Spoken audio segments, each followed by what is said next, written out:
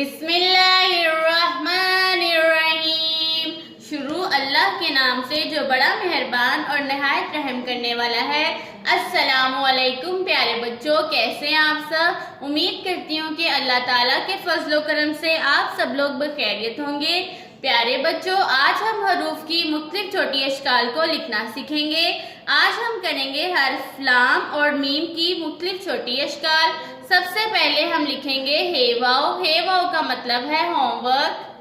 Homework के बाद हम लिखेंगे हरूफ की मुख्तलिफ छोटी अशकाल। सबसे पहले हम लिखेंगे हर्फ लाम, जो कि 4 लाइनों में मुकम्मल शक्ल में लिखा जाएगा। लाम की पहली छोटी शक्ल जो कि ऊपर वाली 3 लाइनों में लिखी। अब हम लिखेंगे लाम की दूसरी छोटी शक्ल जो कि लफ्ज के दरमियान में आती है और हरूफ के साथ पीछे और आगे से जुड़ी होती है। मेरे साथ लिखिए। प्यारे बच्चों, लिखते वक्त लाइनों का खास ख्याल रखिएगा। फिर से लिखते हैं लाम मुकम्मल शक्ल में, लाम की पहली छोटी शक्ल और ये है लाम की दूसरी छोटी शक्ल। अब हम लिखेंगे हर्फ मीम जो कि 4 लाइनों में मुकम्मल शक्ल में लिखते हैं।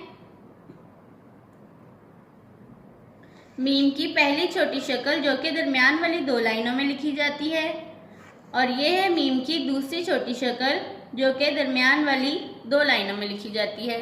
फिर से लिखते हैं हर्फ मीम मुकम्मल शक्ल में, मीम की पहली छोटी शक्ल और ये है हर्फ मीम की दूसरी छोटी शक्ल।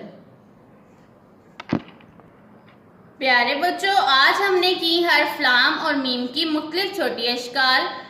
ये है लाम की पहली छोटी शक्ल जो कि ऊपर वाली 3 लाइनों में सीधी लिखी जाती है और ये है लाम की दूसरी छोटी शक्ल। प्यारे बच्चों, ये बनावट के लिहाज से क्या था।